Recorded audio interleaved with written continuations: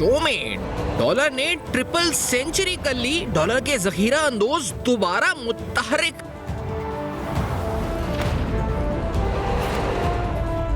मुल्क से डॉलर की स्मगलिंग ताहाल जारी।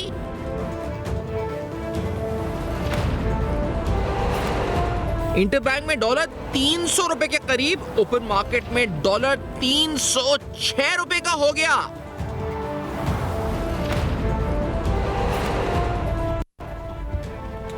अस्सलाम वालेकुम। पस पर्दा हक़ाइक़ सनसनीखेज़ इंकशाफ़ात प्रोग्राम बेनकाब। मैं हूँ आपके साथ सफ़ान खान। नाज़रीन, सियासी माहौल, सदर पाकिस्तान ने क्या कहा, क्या साइन किए या नहीं किए, ये सारे सवालात के अब इलेक्शन 90 दिन में होंगे या फरवरी में होंगे या फरवरी में भी नहीं होंगे, ये अपनी जगह शायद ये बहस व मुबाहिसा चलता रहेगा। साथ साथ हमारी नज़र इस पर भी होनी चाहिए कि मईशत में क्या हो रहा है, क्योंकि शायद इसका डायरेक्ट असर है। चले बाकी चीज़ों का तो डायरेक्ट इनडायरेक्ट दोनों असर पड़ते ही हैं, लेकिन ये डायरेक्ट असर है। ख़ास तौर पे डॉलर का जो रेट है, आप हम इतना तो समझ गए हैं। ख़ास तौर पे जो PTI का दौर हुकूमत रहा, जब उस वक्त के वज़ीर आज़म डॉलर बढ़ता था तो ये कहते थे कि उनको खुद टेलीविज़न से पता चला है कि डॉलर बढ़ चुका है। और उसके बाद हमने देखा कि किस तरह स्टेट बैंक और दीगर इदारों और सबके साथ जो उस दौर हुकूमत में 4 साल के हुआ, फिर उसके बाद जो PDM की हुकूमत आई, वहाँ पर भी ये सिलसिला तनज़्ज़ुली का, रुपये की कदर का जारी रहा। और अब आप देखें कि सूरत हाल ये है कि तकरीबन 23 रुपये कहा जा रहा है कि मज़ीद फ़र्क पड़ चुका है जब से IMF का प्रोग्राम और स्टैंड बाय अरेंजमेंट हुआ है उसके बाद से।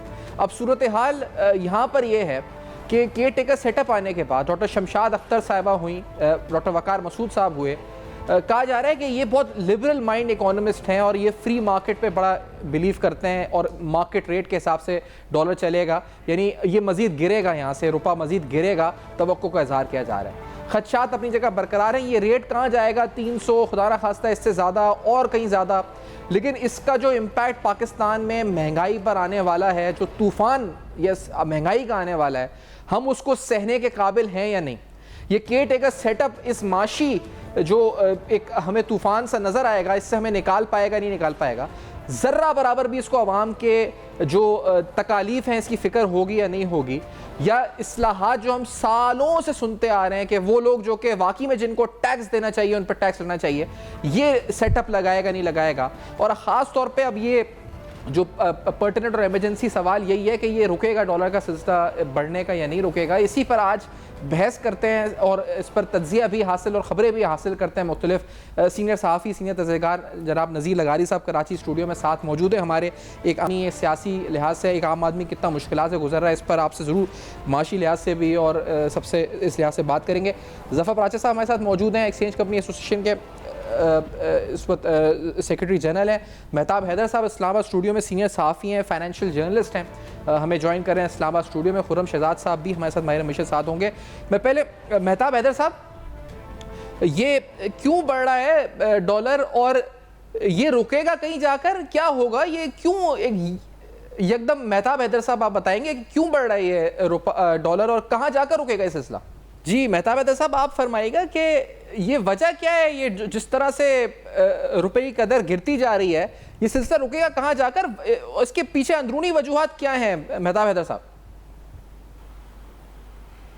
जी बिस्मिल्लाहिर्रहमानिर्रहीम। देखिए, बुनियादी तौर पे एक तो इकॉनमी के जो फंडामेंटल्स हैं, जब तक वो ठीक नहीं होंगे तब तक एक्सचेंज रेट को स्टेबलाइज नहीं किया जा सकता। लेकिन इसमें एक तो LCs जो है वो खुल रही हैं, इम्पोर्ट्स का प्रेशर है, उसके अलावा जो डिविडेंड्स लोगों ने लेकर जाने थे वो भी उसकी रिक्वायरमेंट्स हैं। लेकिन जो IMF की शर्त है, वो शर्त ये कहती है कि पाकिस्तान को जो 5 वर्किंग डेज हैं उसमें जो इंटरबैंक मार्केट है और ओपन मार्केट है उसके दरमियान ज़्यादा फ़र्क नहीं होना चाहिए, बल्कि उसके दरमियान 1.25% का मैक्सिमम जो है वो डिफरेंस होना चाहिए। सही। तो जब तक ये शर्त मौजूद है और ये कंटिन्यूस स्ट्रक्चरल बेंचमार्क है, उस टाइम तक मैं नहीं समझता कि ये इस एक्सचेंज रेट को स्टेबल किया जा सकता है। तो ये शर्त पिछली गवर्नमेंट मान के चली गई है।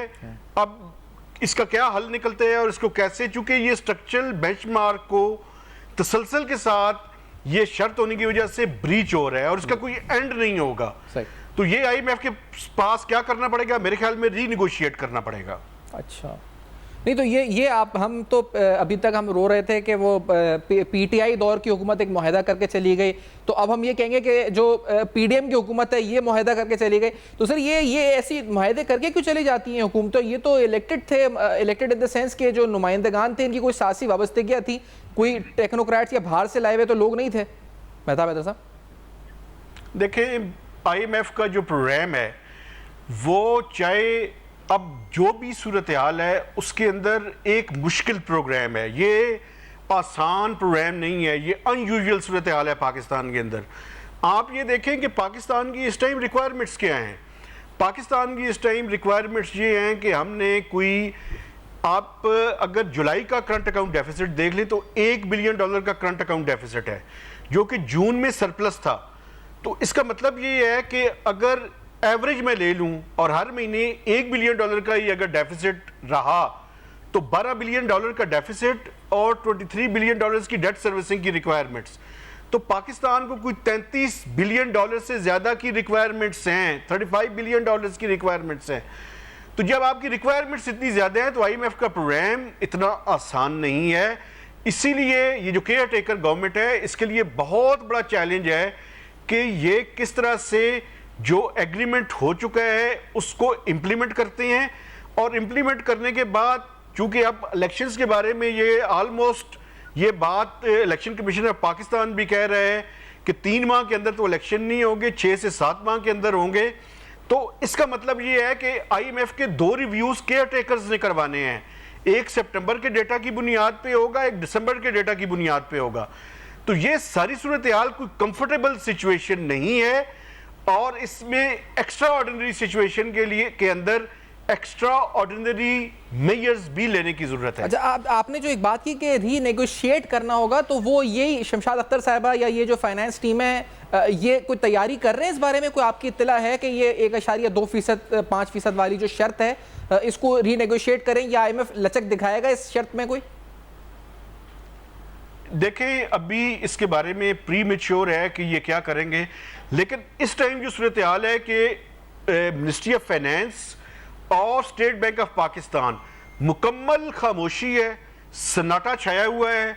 यहाँ से ये जो आप पिछले 4-5 दिनों के अंदर देख लें, जिस तरह से एक्सचेंज रेट जितनी तेज़ी से इंटरबैंक के अंदर भी और ओपन मार्केट के अंदर भी डिप्रिशिएट हो रहे हैं, तो वहाँ से ना कोई इंटरवेंशन की बात हो रही है ना उसको स्टेबलाइज करने की कोई बात हो रही है। तो उन्होंने तो खुला छोड़ा हुआ है, अभी तक अपनी स्ट्रैटेजी वो बना रहे हैं। चूँकि अभी तक जो शमशाद अख्तर साहिबा हैं वो मुख्तलिफ मिनिस्ट्रीज से ब्रीफिंग ले रही हैं, और लगता यही है कि ये वीक भी इसी तरह की ब्रीफिंग्स के दौरान गुजर जाएगा और इसके बाद वो कोई बात करने के काबिल होंगी। लेकिन अभी तक उनकी तरफ से ये जो कुछ हो रहा है इस पे ना तो कोई बातचीत की गई है, और ना ही मिनिस्ट्री ऑफ फाइनेंस ने इस बात का कोई नोटिस लिया है, और ना ही स्टेट बैंक ऑफ पाकिस्तान की तरफ से जो रिक्वायर्ड मेजर्स होने चाहिए थे, ना ही उसके बारे में कोई बातचीत की गई है। अब अच्छा, अभी ये भी नहीं पता कि ये जो IMF का स्ट्रक्चरल बेंचमार्क है इसकी मॉनिटरिंग किस तरह से हो रही है, और अगर ये ब्रीच हो रहा है तो ये स्ट्रक्चरल बेंचमार्क की ब्रीच जो है ये जो निगोशिएशन टीम है उसके लिए बड़ी मुश्किलात पैदा कर देगी। अच्छा, नज़ीर लगाई साहब, आप तजुर्बे अपनी और अपने तज्जिए और अपनी रोशनी इस पे तजुर्बे की रोशनी में पस मंज़र है बताएं। फिर सन्नाटा है, फिर खामोशी है, माशी अबतरी है, वही रुपए का सिलसिला चल रहा है जो PTI के दौर में था, फिर 16 माह में देखा, फिर वही तसलसल है। तो ये तो गिरावट का सिलसिला नहीं रुक रहा नज़ीर साहब, और एक आम आदमी की ज़िंदगी अजीरन होनी है और आइंदा दिनों में, क्योंकि इसका इम्पैक्ट बिजली की कीमतों पर, पेट्रोल की कीमतों में, सब चीज़ों पर आना है। तो आप कैसे देखते हैं हालात लगाई साहब आइंदा दिनों में, क्या आपको मुस्तकबिल नज़र आता है? देखिए, जो मंजरनामा है वो तो मेहताब हैदर साहब ने बता दिया आपको जी, और वो एक इस्टेब्लिश्ड हैं जो माहिर मालियात हैं, वो इन तमाम अमूर को बहुत बारीकी से अच्छी तरीके से जानते हैं। बेशक हमारा मामला ये है, हम ये देखते हैं कि जब चीज़ों को ठीक करने के लिए आपके पास सियासी इक़दाम करने की ज़रूरत होती है तो गमलों में लगाए हुए लोग आ जाते हैं और वो जो है आकर अपने आपके मामलात को ठीक करने की कोशिश करते हैं, और वो दूसरे रास्ते से भी है, यानी इंतखाब के रास्ते से भी लाए जाते हैं। बदनसीबी, बदकिस्मती और इस मुल्क की तबाही की जो असल वजह थी वो था कि जब 2018 में अपने मन के प्यारे लाडले को लाने के लिए तमाम असूल और अखलाकियात को पामाल करके और तारीख साथ धांधली करके उनको लाया गया, और लाने के बाद मईशत का बट्ठा बिठा दिया गया, और फिर साथ में जो उसको सहूलतकारी की गई कि आप अपने नैरेटिव बनाओ और मुल्क के महबूब बन जाओ और निजात दहिंदा बन जाओ, और लोग कहें कि जनाब सेवियर तो ये है आपका। एक ऐसा आदमी जिसने 3.5 साल 4 साल तक बर्बादी मचा दी इस मुल्क के अंदर, किसी चीज़ को अपनी राह पर नहीं चलने दिया, अब आपके सामने उसको एक बड़ा मसीहा बनाकर पेश किया जा रहा है। और बड़े बड़े जुगादरी किस्म के हमारी कम्युनिटी के लोग भी और अहले सियासत में से भी कुछ लोग जो हैं ये साबित करने पर तुले हुए हैं कि वो जो है इस अहद का कोई सबसे बड़ा निजात दहिंदा अब आया है, और वो जो है वो तो उस बेचारे को अलग कर दिया गया था। जब अलग नहीं किया गया था तो उसने ये तबाही मचा ली थी, पाकिस्तान को एक ऐसी पोजीशन पर ले गया था जहां आगे बढ़ने का कोई रास्ता मौजूद नहीं था। अब जो आए उन्होंने उस बर्बादी के ऊपर और ज़्यादा बर्बादी के बोझ डाले। उनने कोई चीज़ बेहतर करने की बजाय, असल चीज़ बेहतर कहाँ से होती, वो ये होती कि आप पास पहली बात एक कैपिटल फ्लाइट ना होती, आप ऐसे हालात बनाते, इन्वायरमेंट बनाते कि लोग पैसा लेकर बाहर ना चले जाते। पैसा तो अब भी जाता रहा। फिर उसके बाद दूसरी सूरत हाल ये होती कि आप एक्सपोर्ट बढ़ाने की कोशिश करते, लेकिन एक्सपोर्ट बढ़ाने के लिए जब आपके पास मौजूदा निर्खों पर बिजली जाएगी और इसी बिजली या इसी जो भी आपके पास एनर्जी है, इसी एनर्जी की कास्ट के साथ आप प्रोडक्शन में जाएंगे, और जो उसकी कास्ट ऑफ प्रोडक्शन जाकर बनेगी वो दुनिया में आपसे लेगा कौन, जिस कीमत पर आप बेचना चाहेंगे। ये एक दूसरा बड़ा हर्डल। फिर आपकी इंपोर्ट्स बढ़ी इसलिए कि आपकी ज़रूरियात ही सारी बाहर से होती हैं पूरी, वो बढ़ी, पैसा आपका चला गया।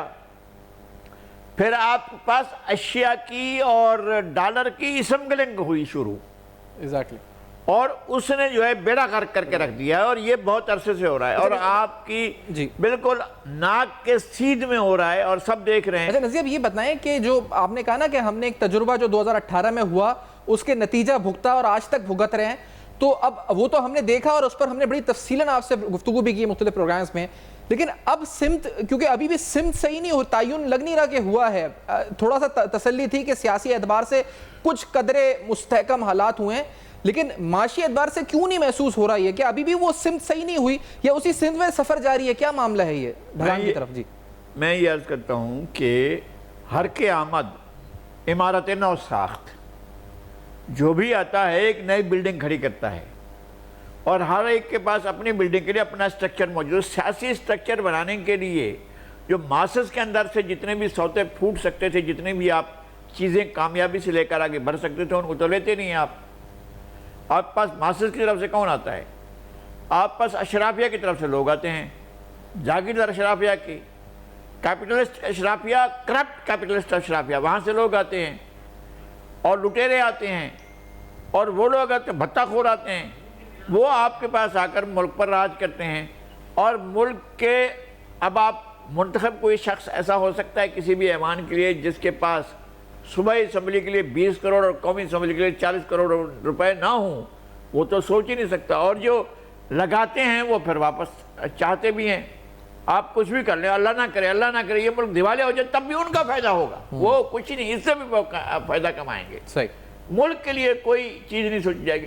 लेकिन जो लोग इस मुल्क के स्याह सफ़ेद के मालिक हैं या इस मुल्क पर अपना असर रखते हैं, जिनको मुक़्तदरा कहा जाता है, जिनको समझा जाता है कि जनाब ये मुल्क के लिए कुछ कर सकते हैं, इदारे हैं, बहरहाल वो सारे के सारे मिलकर एक बात तो सोचें ना कि पाकिस्तान को आगे लेकर चलना है, और खुदा ना खास्ता इसमें अगर कोई चीज़ इस तरह से सूरत हाल रहती है तो फिर सब कहाँ जाएंगे।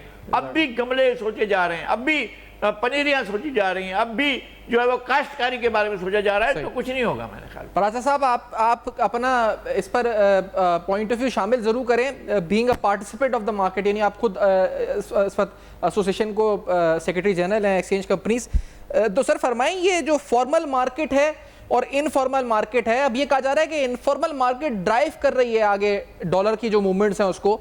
तो ये जो अभी मेहताब साहब ने भी निशानदेही की थी 1.25% वाली पॉलिसी, क्या ये बहुत फ्लॉड पॉलिसी है? ये जो गलत हमने नेगोशिएट कर लिया IMF के साथ, उसका नतीजा भुगत रहे हैं? क्या मामला क्या है, ये क्या हो रहा है मार्केट में? पराजा साहब, जफर पराजा साहब। देखिए जनाब, बात कि सिर्फ और सिर्फ IMF के साथ जो हमारी नेगोशिएशन हुई है, सिर्फ वही एक वजह नहीं है, इसकी और वजूहात भी हैं, तो जो मिल के ना सिचुएशन को कॉम्प्लेक्स कर रही हैं। एक खास तौर पे जो हमारी पॉलिसीज हैं, गवर्नमेंट की पॉलिसीज, वो आपस में कन्फ्लिक्ट करती हैं। यानी कि कहीं पे आप स्मगलिंग ऑफ गुड्स को फरोग देती है वो पॉलिसी, कहीं स्मगलिंग ऑफ करेंसी को, फिर आपकी जो अफगान ईरान ट्रेड पॉलिसी और इमिग्रेशन पॉलिसी है वो कन्फ्लिक्ट करती है, उससे फरोग पाती है स्मगलिंग। और ईरान और अफगानिस्तान एक तरह से हमारे दो सूबे हैं जो फॉरेन एक्सचेंज की जिनकी जरूरत हम पूरी करते हैं ग्रे मार्केट से।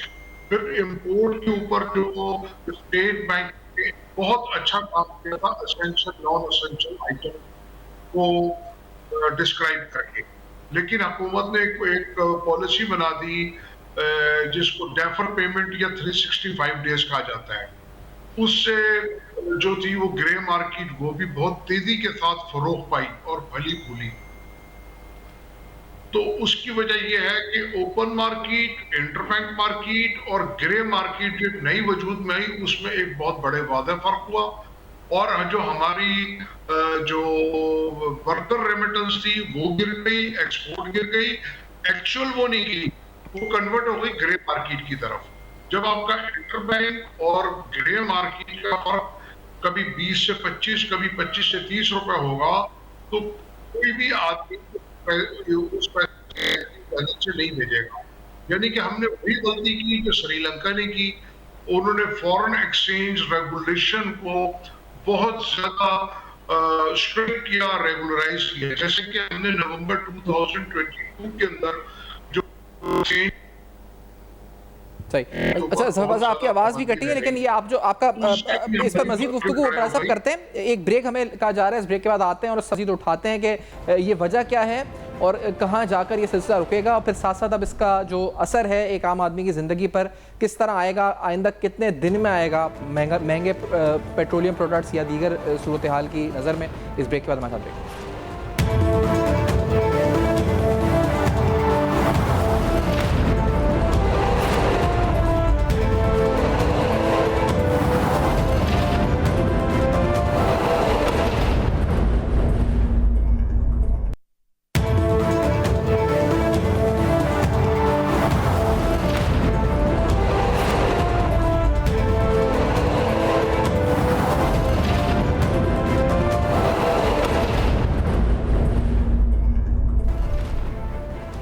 Welcome back. आप देख रहे हैं बेनकाब, और एक बार फिर रुपया जो है उसके अगेंस्ट डॉलर बेलगाम है। इसका असर महंगाई की सूरत में किस तरह कुछ दिनों में आएगा, मेहताब हैदर साहब आप रोशनी डाल सकते हैं कि ये कितने दिन के लैग के बाद एक कहते हैं महंगाई का बम फटेगा, फिर हम यही कहेंगे पेट्रोल का इतना इजाफा हो गया, बिजली कीमतों में इतना इजाफा हो गया, ये कितने दिन बाद इम्पैक्ट आना है और किस तरह इम्पैक्ट आना है इन चीज़ों का? मेहताब हैदर साहब। ये देखें, बुनियादी तौर पे अभी आप CPI का फिगर आएगा यकम को, सही, तो आप देखेंगे कि जो कंज्यूमर प्राइस इंडेक्स है वो ऊपर जाएगी, और SPI आप देख लें जो वीकली बेसिस पे जारी होती है, 51 आइटम्स हैं उसके अंदर, उसमें से जो 60% आइटम्स हैं उनकी प्राइसेस बढ़ी हैं। तो ये शो कर रहा है कि जो इन्फ्लेशनरी प्रेशर्स हैं they are going to persist, वो जारी रहेंगे। और अगर इन्फ्लेशन जो है और कोर इन्फ्लेशन भी और जनरल इन्फ्लेशन भी, हेडलाइन इन्फ्लेशन भी बढ़ेगी, तो उसके नतीजे में होगा ये कि एक तरफ तो आपका जो आम आदमी है उसके ऊपर असर आएगा, लेकिन उसके साथ साथ जो बिजनेस एक्टिविटीज़ हैं वो भी चोक होंगी। उसकी वजह ये है कि आगे IMF की ये डिमांड आएगी कि आप मॉनेटरी टाइटनिंग को मज़ीद जो है वो पॉलिसी रेट को बढ़ाएं।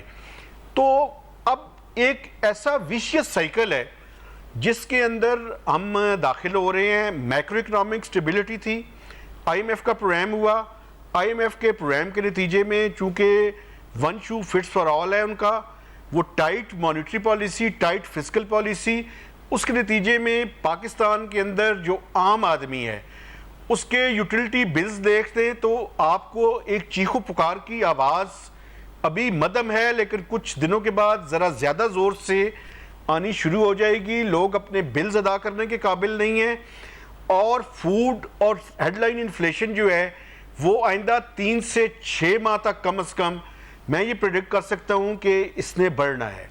उसके बाद की पॉलिसीज़ जो है वो शायद स्टेबलाइज करने में ये कामयाब हो जाएं, लेकिन फौरी तौर पे तो स्वाई खामोशी के और स्वाई सन्नाटे के कोई आवाज़ नहीं आ रही। नहीं, आप जब सालों से आपका तजुर्बा है ये क्यू ब्लॉक, फाइनेंस मिनिस्ट्री और तमाम हवाले से, ये स्टेट बैंक, तो ये सन्नाटा, ये खामोशी आपके तजुर्बे के लिहाज से ये बड़ी अनप्रेसिडेंटेड है, या पहले आपने महसूस की है ऐसी खामोशी, सन्नाटा ऐसे वक्तों पे? मेहताब साहब देखें, अभी इनको आए हुए चंद दिन हुए हैं, तो मेरा ख्याल ये है कि इनको थोड़ा अरसा विदाउट यानी क्रिटिसिज्म देना चाहिए और ये देखना चाहिए कि ये किस तरह की पॉलिसीज़ जो है वो लेकर आते हैं। लेकिन मसला ये है कि अगर आपके घर में आग लगी हुई हो तो आपको फौरी तौर पे उस आग को बुझाने के लिए इक़दाम करने चाहिए।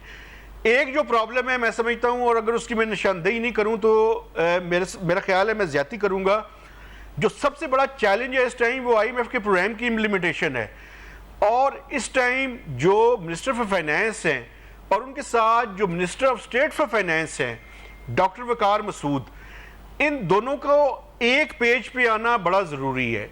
चूँकि लग ऐसे रहा है कि आज दोनों प्राइम मिनिस्टर के साथ कराची में हैं, लेकिन लग ये रहा है कि एक पेज पे शायद कुछ शख्सियत का प्रॉब्लम है या ईगो का प्रॉब्लम है या क्या प्रॉब्लम है, लेकिन एक पेज पे शायद नहीं है।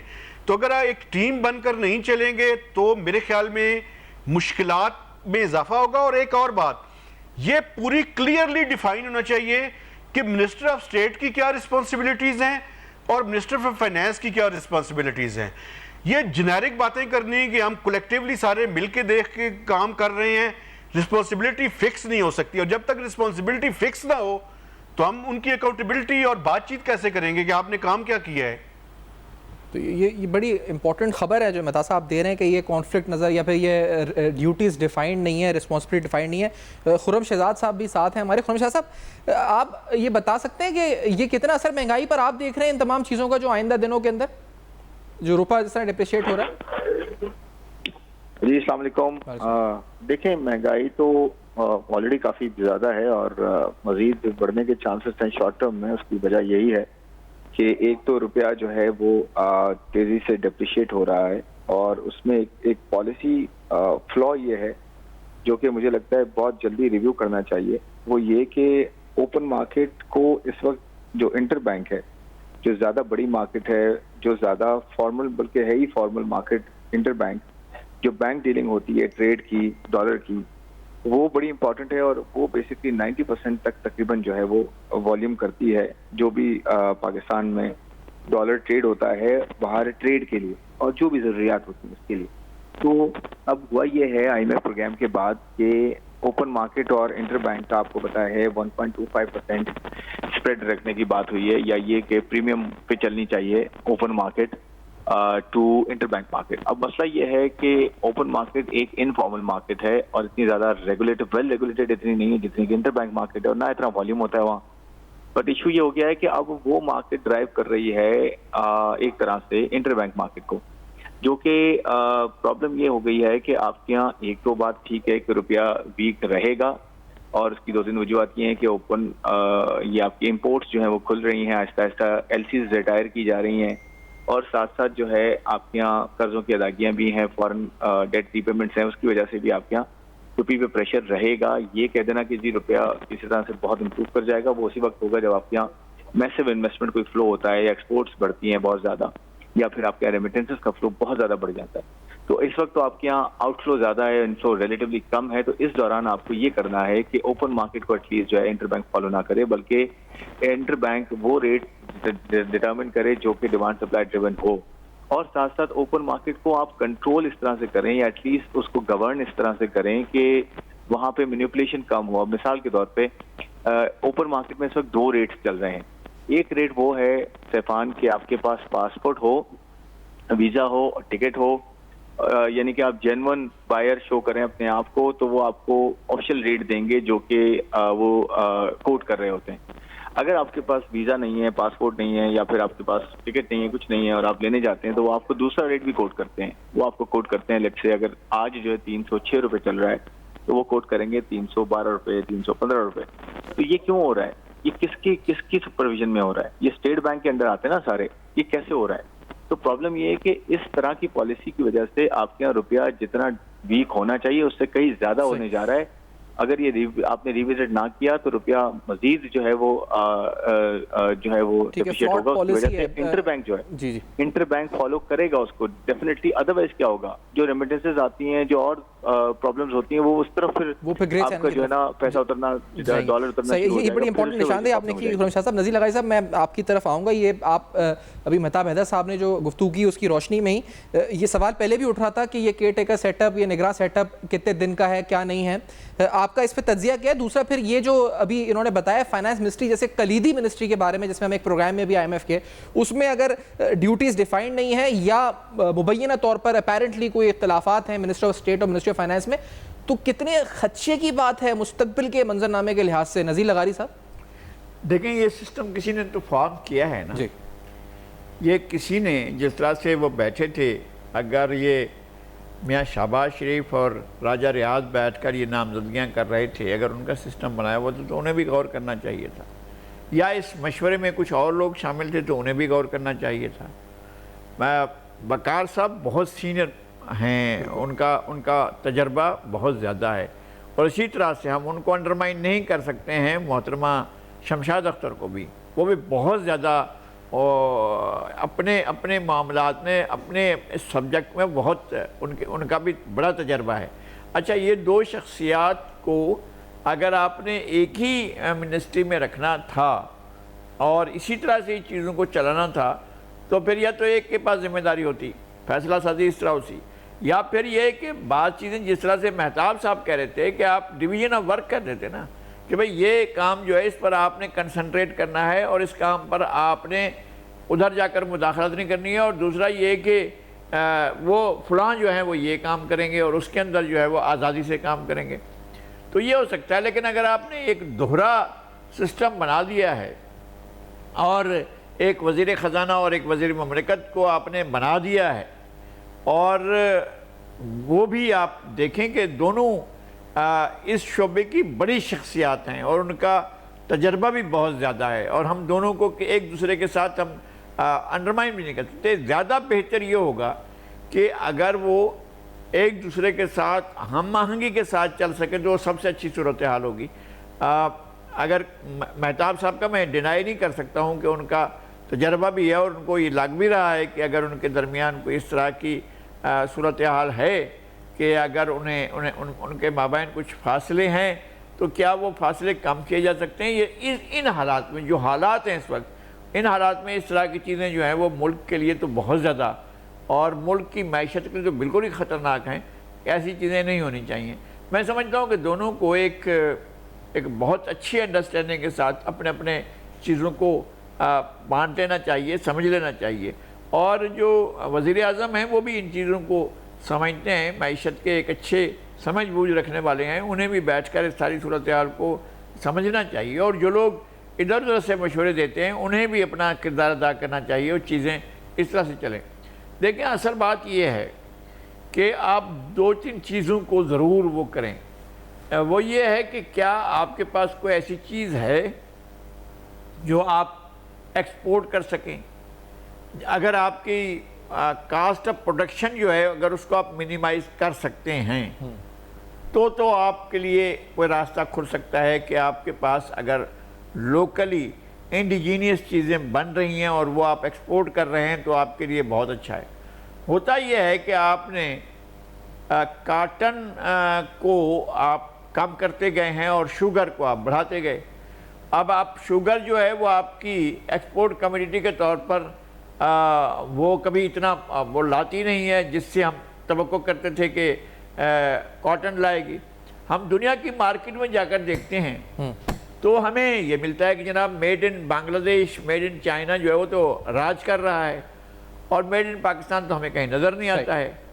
शुगर की दुनिया में जाते हैं तो हमें पता नहीं है कि शुगर की क्या होती है, वो तो रिस्ट्रिक्शंस रहती हैं कि जनाब ये एक्सपोर्ट नहीं हो सकती है, कि आपकी घरेलू ज़रूरतें पूरी नहीं हो रही हैं। तो शुगर की ज़रूरतें पहले भी, फिर आपने इस बात को कभी सोचा ही तक नहीं है कि आपका जो आबादी की ग्रोथ है वो तो आपकी हर चीज़ से, यानी आपके अपना इन्फ्लेशन से भी बढ़ रही है, उससे भी आगे चली गई है, आपकी जो इकोनॉमिक की इतना ज़्यादा उसका डिप्रेवेशन चल रहा है उससे भी आगे बढ़ गई है। आबादी तो आपको कहीं का भी नहीं छोड़ेगी। अब बांग्लादेश 17 करोड़ तक ठहरा हुआ है, और जो आपसे बहुत बढ़ा हुआ था, आपने अपनी आबादी को 24 करोड़ से आगे कर दिया है, तो जाहिर है इस तरह से मसाइल भी होंगे। ये बहुत इंपॉर्टेंट पॉइंट है नज़ीर अहमद साहब जो आप कह रहे हैं, जिस पे शायद इस तरफ पॉलिसी प्लानिंग हमारी जाती ही तवज्जो, हम सिर्फ फायर फाइटिंग में ही लगे रहते हैं। लेकिन जिस दौरे या जो आपने जो दो शख्सियात की बात भी की, वक़ार मसूद और शहजाद, एक दौरे निज़ाम की बात खुर्रम शहजाद साहब भी कर रहे थे। मैं चाहूँगा ज़फ़र साहब उसकी क्लैरिफिकेशन करते जाएँ कि ये ओपन मार्केट में जब जाते हैं तो पासपोर्ट है तो अलग रेट है, नहीं है तो अलग रेट है, 312 भी मिल रहा है, 300।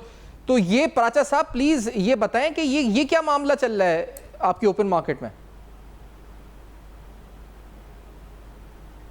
ये है जो करंट जो रूल्स अप्लाई हो लेजिटिमेट खरीदार के लिए, उसके लिए कुछ रूल्स हैं। जैसे आप मेरे साथी फरमा रहे थे कि अगर आपको ट्रैवलिंग के लिए चाहिए तो आपके पास डॉक्यूमेंट्स होने चाहिए, ट्रैवलिंग के लिए वीजा, पासपोर्ट, ठीक है जी, और टिकट। और अगर आपको किसी और पर्पस के लिए चाहिए तो वो भी अवेलेबल है, डॉलर्स हमारे पास एनी अमाउंट विद द जो रूल्स एंड रेगुलेशन है प्रेजेंट। अगर किसी को अनऑफिशियल चाहिए तो उसके लिए ग्रे मार्केट है, वहां 315 हो या 20 हो या 25 हो, उससे हमारा कोई ताल्लुक नहीं। हमारे पास डॉलर्स वाफिर मिकदार में मौजूद है, स्टेट बैंक की इसके अंदर फुल सपोर्ट है हमारे साथ, और एनी अमाउंट जिसको चाहिए विद इन रूल्स रहते हुए वो अवेलेबल है। और जो मुनासिब रेट है, मुनासिब फर्क है इंटर बैंक का और उसके मुताबिक। दूसरी बात ये है, ओपन मार्केट जो है वो फॉलो करती है बैंक मार्केट को। तो ओपन मार्केट है 5% या 1% है बमुश्किल as compare to inter bank market, ठीक है जनाब। तो अगर किसी के पास ट्रैवलिंग के डॉक्यूमेंट्स नहीं हैं तो उसको तो हम ड्यू डिलिजेंस और केवाईसी के बगैर या रूल ऑफ द लॉ के मुताबिक अगर नहीं है वो चीजें, तो हम उसको डॉलर कैसे देंगे? तो लाजमी अनऑफिशियल चाहिए तो अनऑफिशियल मार्केट, ग्रे मार्केट जाएगा। मैं प्रसाद बहुत शुक्रिया अदा करूंगा, आपने वक्त दिया, क्योंकि वक्त पहुंच रहा है आपका, मेहताब हैदर साहब का, नज़ीर लगारी साहब का, खुर्रम शहजाद साहब का, आप जो इस अहम तरीन मौजू पर अपने तज्ज़िया, तबसरा और ख़बरें आपने हमारे साथ शेयर की हैं, हम सिर्फ समराइज़ करेंगे इन द नेक्स्ट सेगमेंट। मेहमानों का शुक्रिया अदा करते हुए हमारे साथ रहिए।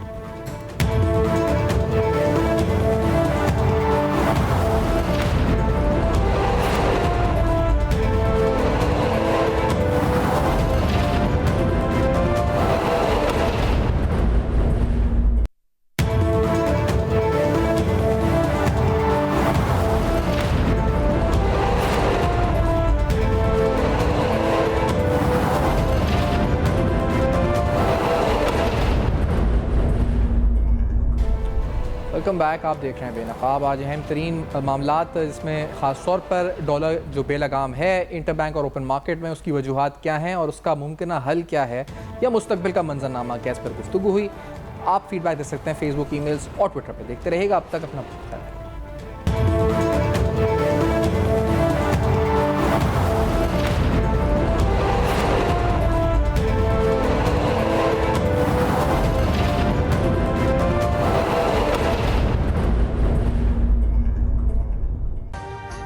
अभी सब्सक्राइब करें ताकि कोई खबर रह न जाए।